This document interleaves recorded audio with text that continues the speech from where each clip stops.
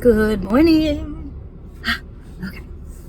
It's Friday. Woohoo! I'm very happy about this, in case you can't tell. It's funny, I've been talking back and forth with a couple of my girlfriends because we've really been digging the whole live music scene lately, which I think after COVID and everything kind of makes sense, right? So anyway, there's quite a few playing around here, quite a few little local bands, and I always just really enjoy that. Last I taped was yesterday before a meeting, a provider meeting. Story of my life, provider meetings. And it went, it didn't go great. So much for my little serenity prayer beforehand, but it didn't go horrible. There was a lot of arguing, I guess. And I bit my tongue for the most part. I said my piece in the beginning. I didn't feel heard. Big shocker. That's why I've decided not to really waste my words too much. But when they say things that I think are completely untrue, asinine, that completely show that they have not been doing their job, then yes, I do tend to speak up because I see it so often. I've sent them a lot of communications through email because I like to have everything on record in case I ever need it, in case something ever happens, and I can say, well, here's the communication I gave to them. Now, clearly they're not reading it.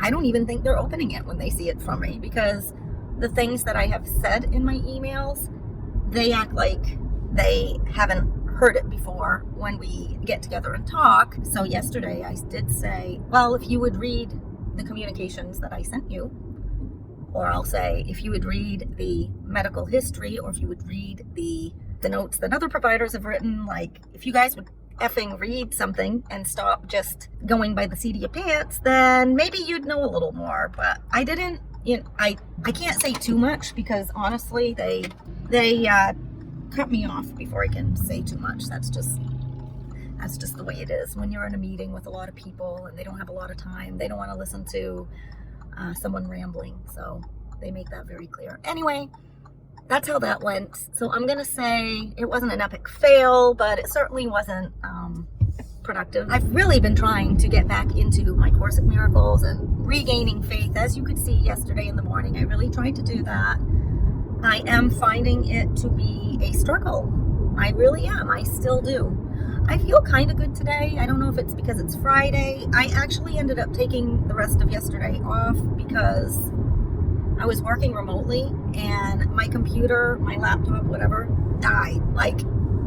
It wasn't out of battery. It shit the bed, I'm pretty sure. So now I have to go in to work, call the IT people. That ought to be interesting. See how long it takes on a Friday to get.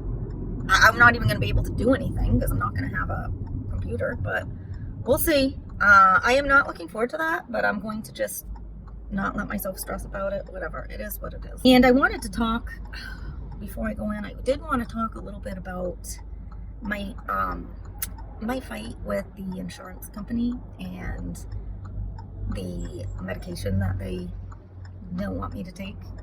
They don't want to pay for. They only want to pay for the generic, which I've been doing some research, and I'm finding this to be an ongoing problem for a lot of people, and I've learned a little bit more about it. So I'm just going to go ahead and tell you what it's about, because it's my medication and I don't really care. I don't need to hide it. So I've been taking something called Wellbutrin for 25 plus years, and I always took the regular Wellbutrin, and keep in mind, this is for anxiety, depression. I was diagnosed with social anxiety when I was quite young, and I've always just been introverted and shy, but it got to the point where it was debilitating. I wouldn't go get gas. I wouldn't call to order anything. It's getting kind of out of hand. When I went to college, I utilized alcohol to help me when I was out and about. So I liked being social. I was in a sorority. I did fun things, but I found drinking alcohol helped me to be able to talk to other people, to feel like I fit in, to it gave me the liquid courage. Okay, I'm not saying that's a good thing or a healthy thing by any means, but it is what it is. That's how it worked. That's how it still works. When I go out, like, I like to go out and have a good time, but I have anxiety before I go into a place that's crowded. I talked about liking to hear local bands and everything, and I love to dance. This is why I don't like going to big concerts, because that's just too many people, and I get really anxious in that case scenario. But at least at these small places, it's not so packed. I can enjoy the music and I can dance, but it's not in such a jam-packed, crowded area. And to be very honest, I do have drinks usually if I'm in a social setting. I will not drink at home alone. I have alcohol in the house, but I don't drink it. I have alcohol from years ago. Like, I don't drink in my house for some reason. I've always worried about that becoming a problem. And in a way, I guess it is a problem if I have to drink in social settings. But I try not to, I don't drink to get drunk. I like that little bit of liquid courage. I don't know. It's weird. But I don't think I'm alone in it. That's why a lot of people are drinking at the bars, right? I don't even know where I was going with that. But anyway, Wellbutrin, social anxiety, alcohol, my insurance not wanting to cover Wellbutrin. I realize that, so Bupropion is the generic version of Wellbutrin. That's all that insurance wants to cover for not just me, everyone. Wellbutrin is an extremely expensive medication. But the problem with Bupropion is there's several manufacturers. I'd say I don't know, it looks to me like there's a good 20 different manufacturers of Bupropion, and they're not all the same. They'll say it's the same things, but I mean, they'll use different dyes, different this, different that. They're not all the same. If you look online, you'll find many forums about it, that a lot of people, they're on this Bupropion. Some of them work, but then pharmacies are always changing manufacturers. So you'll notice your pill looks different all of a sudden, and it's a different manufacturer. And I'm telling you, they do not all act the same, because I've been on different versions of the Bupropion, and the one I'm on now is not cutting it. I'm not even taking it anymore. I think I firmly believe, when I think of the timeline, that is causing a lot of my ailments. It even causes, I'm reading about people saying it's causing hot flashes, ringing in the ears, things that I have been experiencing that I just assumed was menopause. This is where it gets tricky, because kind of going through menopause, but the menopause side effects really started increasing greatly when I changed the medication, after a couple weeks of changing the medication. I don't know, guys. It's complicated, and I don't want to make a big mess out of it, but I did want to bring it up for other people that think they're losing their mind because all of a sudden their medication, if they're taking Bupropion, is not working, and you're starting to feel highly agitated, teary during the day, a lot of horrible things. I don't know if this sudden weight gain, to the point that my pants are uncomfortable and I refuse to buy new pants. I'm just not doing it, because then I feel like I'm caving in. So I don't know. I'm wondering if who the hell knows? And the more I've learned working with the medical field these past few years, medications are really, they can F you up. I've seen it happen with loved ones. I've seen it happen with me. I feel it right now. And yeah, it's bad. I actually found some articles. I sent the articles to the insurance people, like they're even gonna read it, right?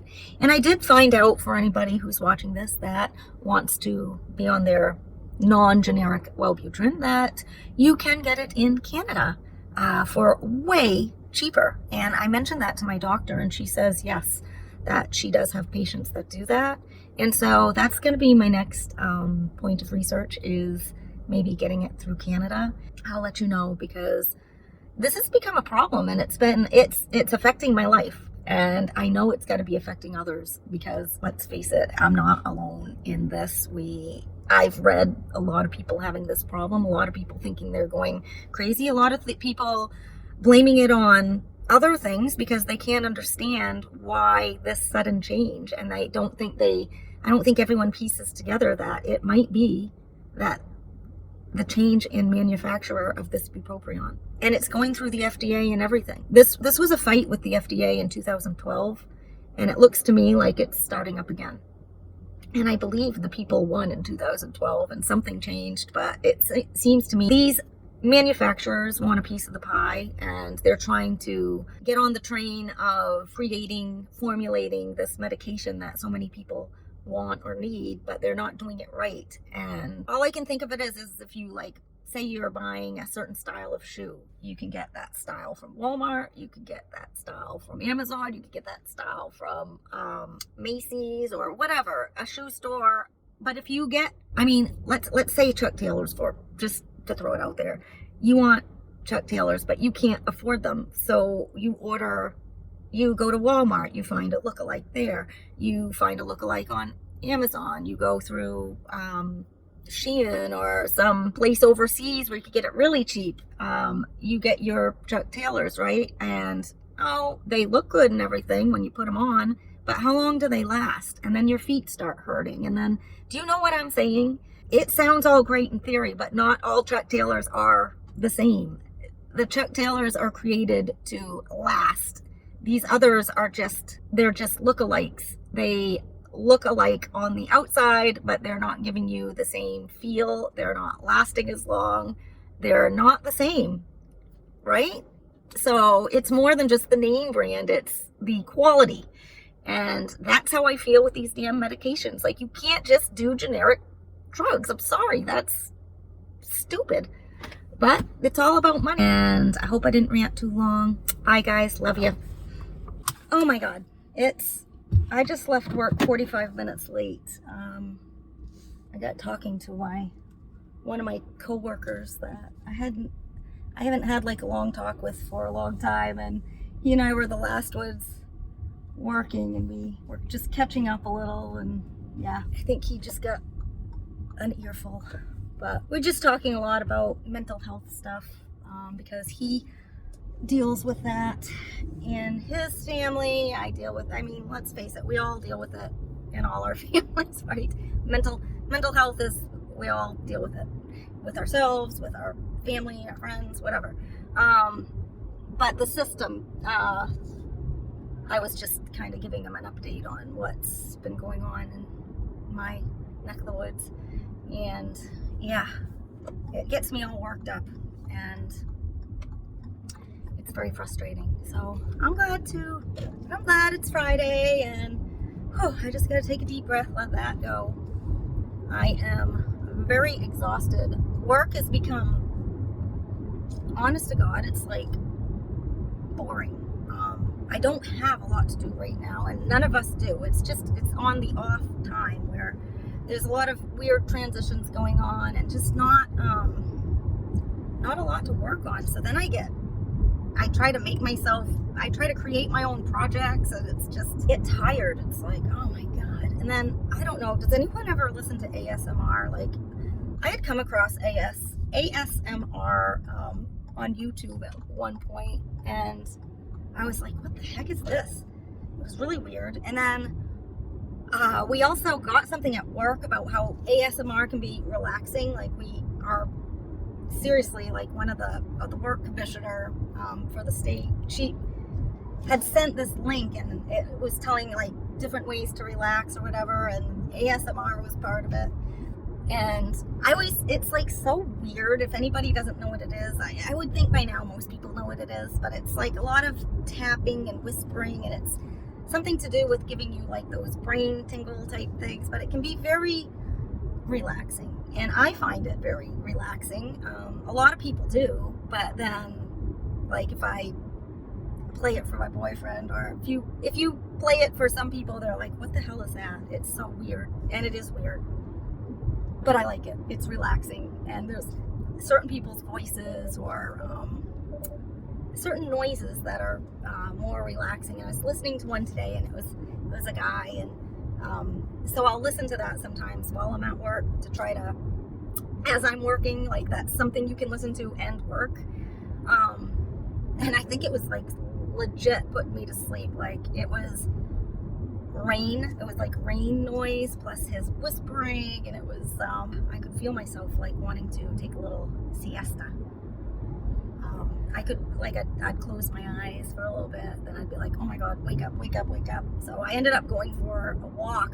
That's how tired I was. Like, if I don't get outside and get some fresh air, man, I'm gonna fall asleep in my chair. And some people in the office, I've heard a couple of them start snoring, so I'm not the only one that has fallen asleep at the chair. I haven't actually fallen asleep, but I have heard a couple people snoring. So some actually fall asleep.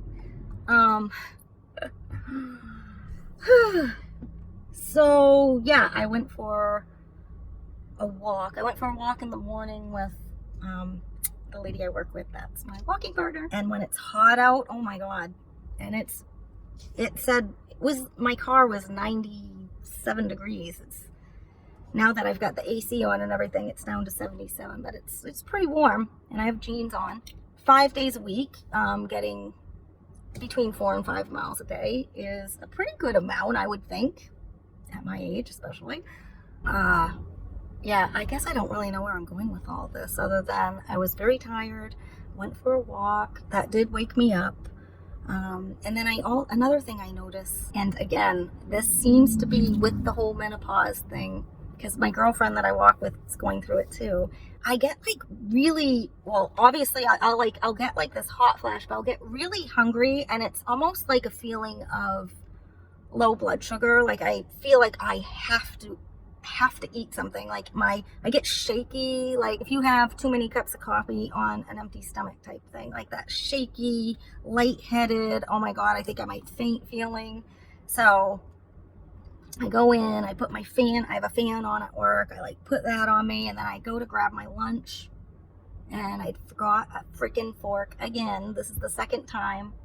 And I had noodles. So I had noodles with broccoli and chicken, and yeah, no effing fork, no forking fork to eat it with.